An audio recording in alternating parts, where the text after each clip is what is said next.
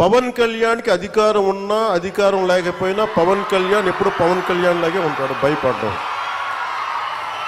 చాలా ఇంట్లోంచి బయటకు వచ్చేటప్పుడు తిరిగి వెళ్తాం లేదు అని డిసైడ్ అయ్యే వస్తాం.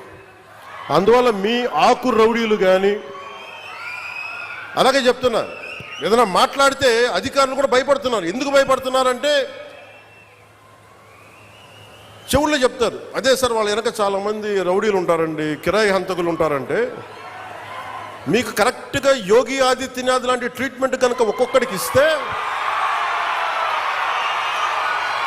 ఒక్కొక్కడికి రౌడీజం అంటే కాలు కాలు కీలు కీలు తీసి మడత పెట్టి కింద కూర్చోపెడితే, అప్పుడు కరెక్ట్గా చెప్తా, కరుడు గట్టిపోయిన జీవితకాలం ఒకే మనం వాళ్ళతో ఏకీభవించవచ్చు, ఏకీభవించకపోవచ్చు.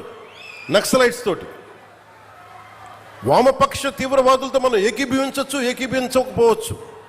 అలాంటి బలమైన ఆర్గనైజేషన్నే కకావికలం అయిపోయిన పరిస్థితుల్లో ఉంటే ప్రభుత్వం తలుచుకుంటే, అలాంటిది ఇన్ని లక్షల మంది పోలీసు ఉండి, ఇన్ని వందల మంది ఐపీఎస్లు ఉండి, 1000-2000 ఉన్న డిఎస్పీలు ఉండి, అలాంటి కిరాయి గ్యాంగుల్ని మెయింటైన్ చేసే వ్యక్తుల మీద 2 రోజులు 48 గంటలు మీ చుట్టుపక్కల ఎవరున్నారు, వాడి పేరేంటి అన్ని కనుక్కొని ఒక పొలిటికల్ నిర్ణయం తీసుకుంటే మళ్ళీ ఎప్పుడు ఇలాంటి మాటలు రారు. మీరు అక్కడి దాకా తీసుకెళ్ళకండి.